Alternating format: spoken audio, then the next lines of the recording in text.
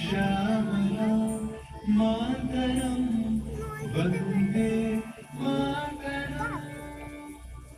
1908 সালের 11ই অগস্ট কিংসফোর্ডে বন্দে মাতরম বলার দোষে যে বালককে পেট মারার হুকুম দিলেন ব্রিটিশ সরকার, তারই পক্ষে দাঁড়িয়ে ক্ষুদিরাম বসু ও প্রফুল্ল চাকি সাহেবের পেটানকারীও না, তবু নাবালক ক্ষুদিরামকে ফাঁসির হুকুম দেওয়া হল। জননী গুলো দূরে বক্ষে শান্তনবাস দেহ তুলে চোখে কাঁদিছে তব চরণ পদে 30 কোটি নরনা